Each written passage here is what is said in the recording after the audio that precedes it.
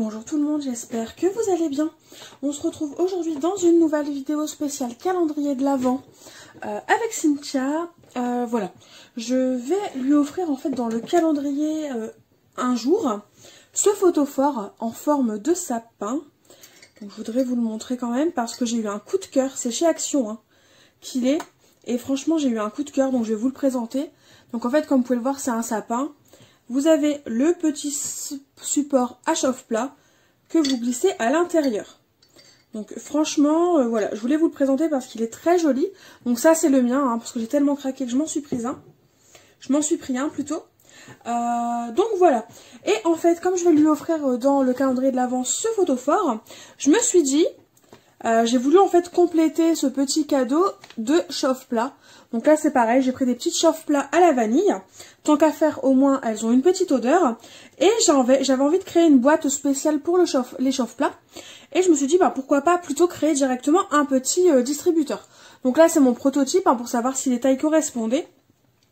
Elles correspondent, donc on va passer à la création de ce distributeur à chauffe-plat. Alors pour ça vous aurez besoin d'un carré qui fait 8,3 cm par 8,3 cm. Sur ce carré, on va venir faire des plis. C'est simple, on va faire des plis à 2 cm de chaque côté. Donc pour ça, il n'y a rien de compliqué en soi. C'est pour faire le couvercle. Je vais juste prendre mon plioir, ce sera beaucoup plus rapide. Donc à 2 cm de chaque côté. Une fois que les plis ils sont faits, on le met de côté, on va faire les plis de notre second papier et ensuite on s'occupera de découper et coller. Donc vous aurez besoin d'un second papier. Ce second papier devra faire 19,2 cm par 18,8 cm. Là tout de suite, je ne sais plus lequel fait 19, lequel fait 18. Donc ici on a 18,8. Donc vous mettez les 18,8 cm à l'horizontale. Et on va venir faire un pli, alors, à 2 cm.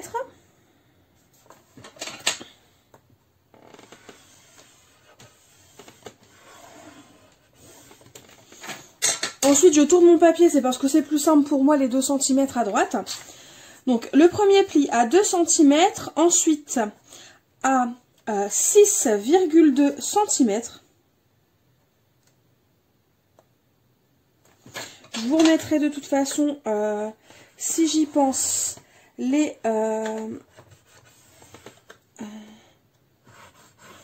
tout ce que je vous dis, les indications des plis, etc. à l'écran. Donc voilà, 10,4. Hop.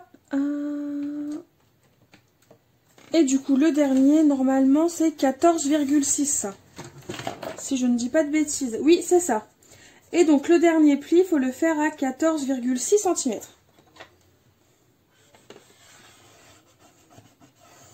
Et ensuite, on va tourner notre papier et on va faire des plis dans l'autre sens.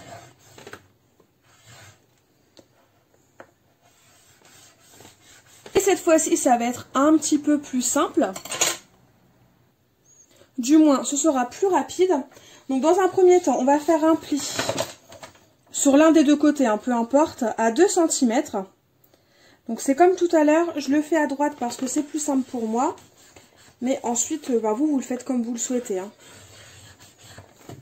Donc là, je tourne mon papier et mon pli à 2 cm, il est ici. Et ensuite, on va faire un second pli, du coup, à 6,2 cm. Hop, c'est ici.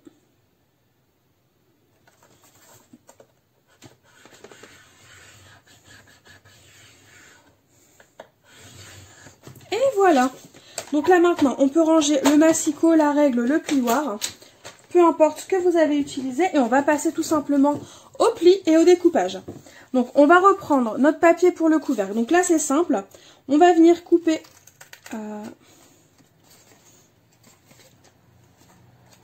un trait sur deux. Donc là j'ai coupé celui-ci. Celui-là on ne coupe pas. Mais par contre celui-là on coupe. Celui-là, on ne coupe pas, mais par contre, celui-là, on coupe. Celui-là, on ne coupe pas, mais celui-là, on coupe. Ce qui vous fait... ce qui va nous permettre, en fait, de pouvoir venir faire un couvercle. Donc on va venir marquer les plis sur chaque côté. Hop.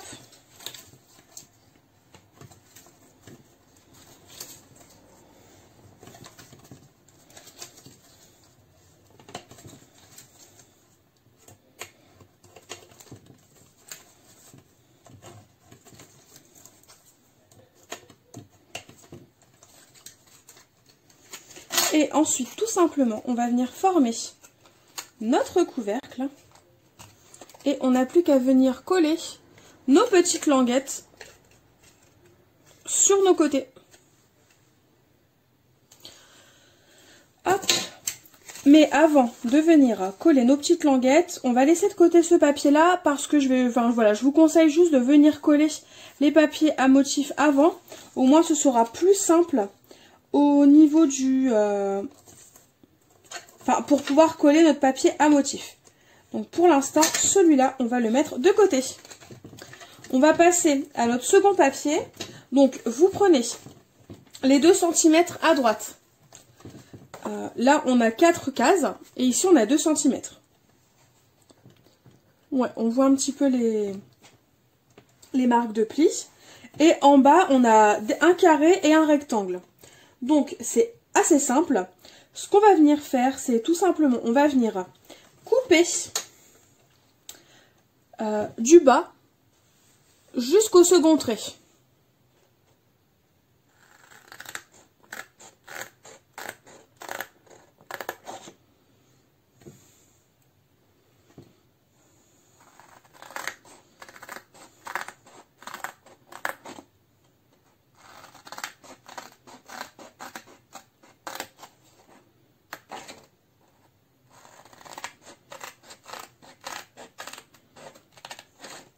Une fois qu'on a fait ça, on va venir enlever les languettes qui font 2 cm sur les 2 cases du milieu.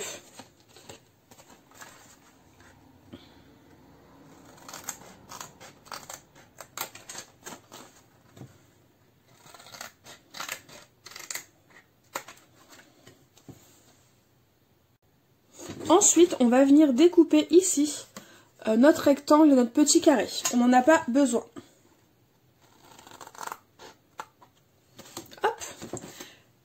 Et nos languettes, celle-ci et celle-ci, on va tout simplement venir couper les coins en biseau de façon à faciliter le collage et le montage de notre boîte. Et je vais vous montrer le patron à quoi il ressemble. Et ensuite, nous n'aurons plus qu'à découper, découper en fait l'encoche de la boîte, pardon, et surtout coller notre papier à motif, laisser sécher et monter notre boîte. Du coup, voilà à quoi ressemble notre patron. Peu importe le sens dans lequel vous le prenez, mais vous devez obtenir ça. Du coup, on va marquer les plis.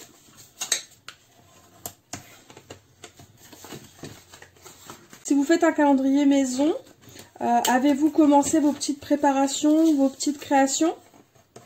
Ça m'intéresse de le savoir. Bon, après, c'est vrai que je pose cette question-là, mais au moment où je filme, nous sommes début octobre.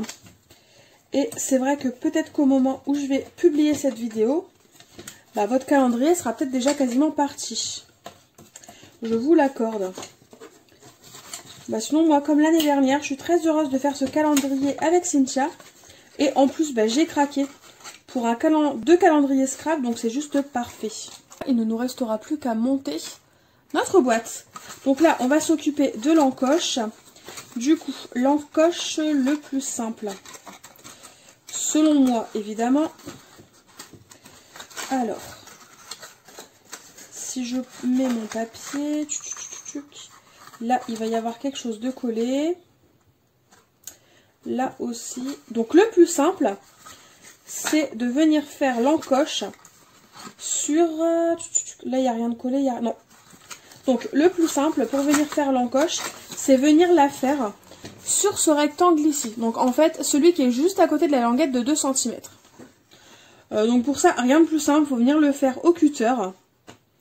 Et on va venir tout simplement couper un petit rectangle sur le bas. Donc, de minimum 1,5 cm si vous avez les mêmes bougies que moi, parce que c'est la taille, enfin c'est la hauteur de ma bougie. Du coup, ce que j'ai fait, c'est que j'ai fait un petit repère à 1,6 cm de chaque côté. Au moins, j'ai montré. Et là, je vais venir couper de façon à avoir mon encoche. Et maintenant que je sais que mon encoche sera sur ce rectangle-là, ce que je peux venir faire, tout simplement, c'est que je vais venir, alors, couper ma languette jusqu'au trait. Je vais prolonger, en fait, tout simplement, sur mon trait, pour faire l'ouverture de ma boîte. La languette, je peux la recouper en biseau. Et ensuite, il ne me reste plus qu'à couper ici. Donc c'est sûr, j'aurais dû y penser avant. Mais je vous avouerai que j'ai fait un prototype, mais j'ai pas fait le prototype avec l'espacement qui permettra de faire passer les bougies. Du coup, je ne savais pas qu'il fallait le couper. Mais bon, comme vous pouvez le voir, c'est quelque chose qu'on peut couper ensuite. Et en aucun cas, ça gêne la construction de notre boîte. En le coupant tout simplement après. Et donc voilà ce qu'on va obtenir.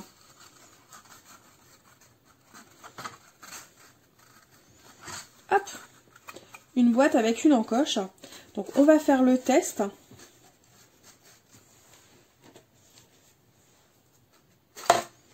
Ouais, c'est tombé.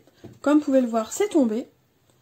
Et du coup, je peux venir récupérer ma bougie et la mettre dans mon photophore. Donc là, je suis contente, ça a bien fonctionné. Du coup, ce que je vais faire, donc une fois que vous avez ce patron-là, que vous avez celui-ci, je vais tout simplement venir recouvrir toutes les faces hors caméra, parce que tout simplement, il n'y a pas d'intérêt que je le fasse en vidéo. Et ensuite, on va se retrouver juste derrière pour le montage, le collage et la décoration de notre petit distributeur à bougie chauffe-plat. Du coup, on se retrouve, voilà, j'ai recouvert toutes les faces de ma boîte. Donc là, il n'y a pas besoin, vu que c'est le bas, ici c'est la languette. Ce que j'ai fait, c'est que j'ai collé un petit die, étiquette hein, normalement, pour pouvoir faire tout simplement un trou au niveau de ma boîte. Parce que j'aimerais bien qu'on voit à travers tout simplement mes petites bougies. Donc je l'ai fixé avec un washi tape, pardon. Et donc on va le passer dans la machine. Et sinon, pour mon couvercle, j'ai fait pareil. Donc je l'ai recouvert hein, sur le dessus. Je me suis rendu compte qu'en mettant toutes ces petites languettes, que j'avais raté quelque chose, je ne sais pas trop où. Mais en gros, voilà, ma boîte n'est pas 100% droite. Il y a du décalage. Donc ce que je vais faire, c'est que je vais venir fixer ensuite une petite dentelle tout le long pour habiller un petit peu plus ma boîte. Mais avant, on va passer ce que je viens de faire dans la machine.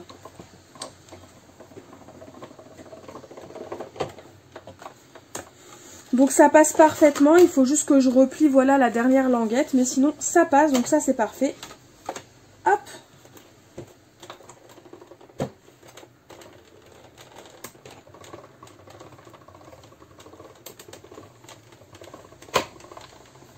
Comme il y a un double papier, je vais la passer, enfin je vais faire un aller-retour et non pas qu'un seul aller. Parce que forcément entre le papier à motif puis le papier craft, forcément c'est beaucoup plus épais qu'un simple papier. Et comme vous pouvez le voir, bah, ça a bien coupé. Ouais, ça a bien coupé. Donc là, j'enlève mon washi. Évidemment, sans déchirer mon papier à motif.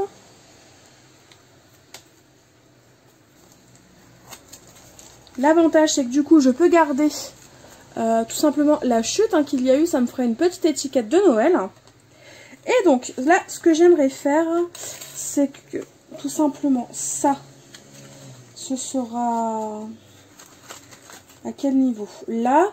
Donc, j'aimerais couper un petit peu plus, de façon à arriver juste en dessous, en fait, de mon couvercle. Donc je vais tout simplement repositionner mon dies avec le reste de bout de washi pardon, que j'ai. Hop.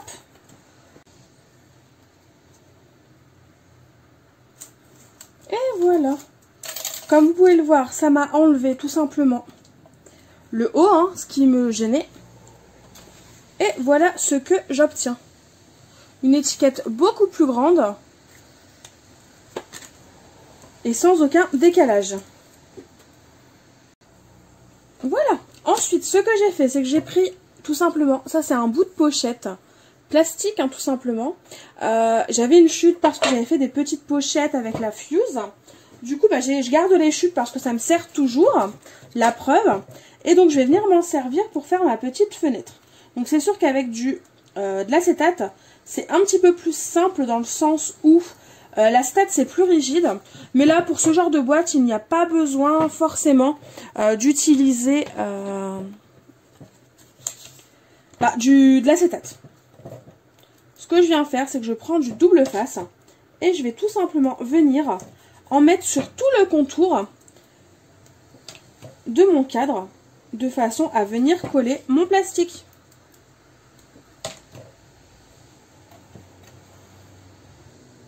Du coup, j'enlève les pellicules et il ne me reste plus qu'à venir coller mon plastique transparent.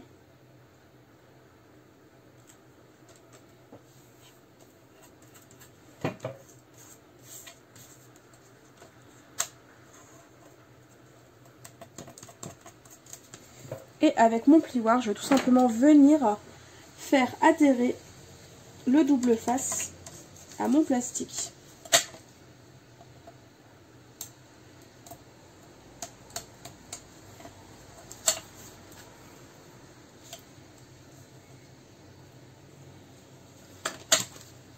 Et voilà ce que j'obtiens. Une jolie pochette où on voit à travers. Si jamais il vous reste un peu de double face, voilà, et que vous sentez qu'on sent tout simplement encore du collant, moi ce que je viens faire, c'est qu'avec mes doigts, je viens tapoter pour enlever vraiment ce pouvoir collant qu'a le double face. Et ensuite, le tour est joué, c'est terminé. Il ne nous restera plus qu'à... Alors, venir fixer notre boîte et s'occuper du couvercle. Ça fonctionne très bien. Et on vient récupérer sa petite chauffe-plat qu'on n'a plus qu'à mettre dans son... soit sous son brûleur de tartelette, soit dans son photophore. Du coup, on va passer au couvercle. Donc, je vais tout simplement venir le décorer de façon à ce qu'on ne voit pas mon petit décalage que j'ai vraiment bien raté. Et donc, pour ça, je vais juste mettre alors une fine bande de double face tout le long du haut.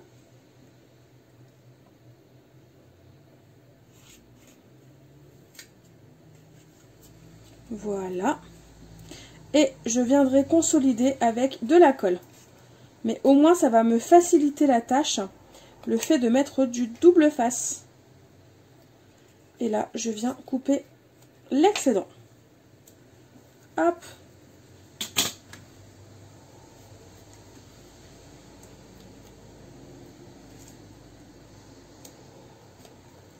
Je n'ai plus qu'à enlever la pellicule et mettre tout simplement ma dentelle. Mais avant, je vais ajouter de la colle, comme je vous l'ai dit, pour consolider en fait le collage de ma dentelle. Hop, j'en mets un tout petit peu sur le double face, mais aussi en dessous, pour vraiment consolider le collage.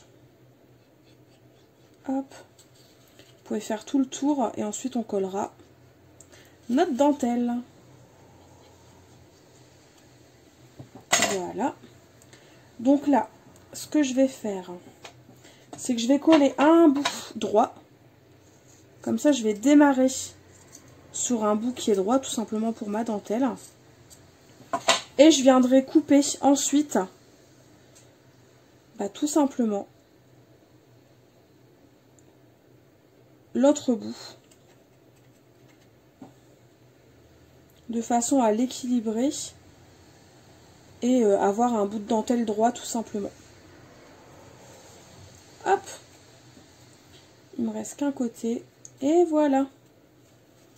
Donc c'est vraiment très très simple. Je mets ma dentelle à ras et je viens couper. Et je viens la couper de façon à ce que ce soit droit.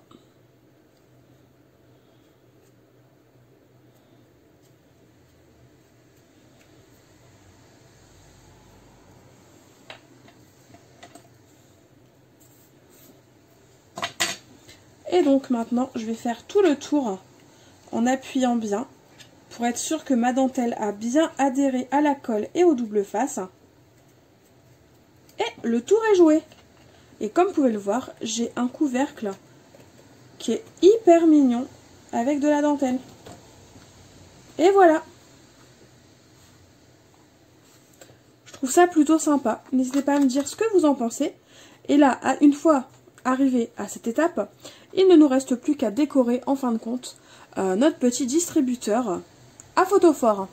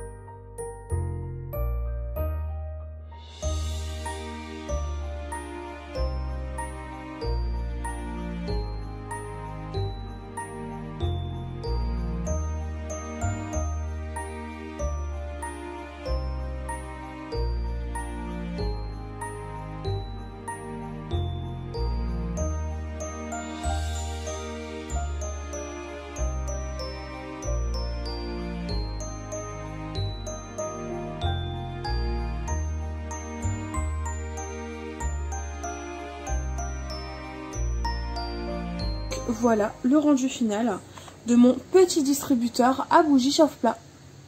Je ne sais pas ce que vous en pensez, mais moi personnellement, je suis fan.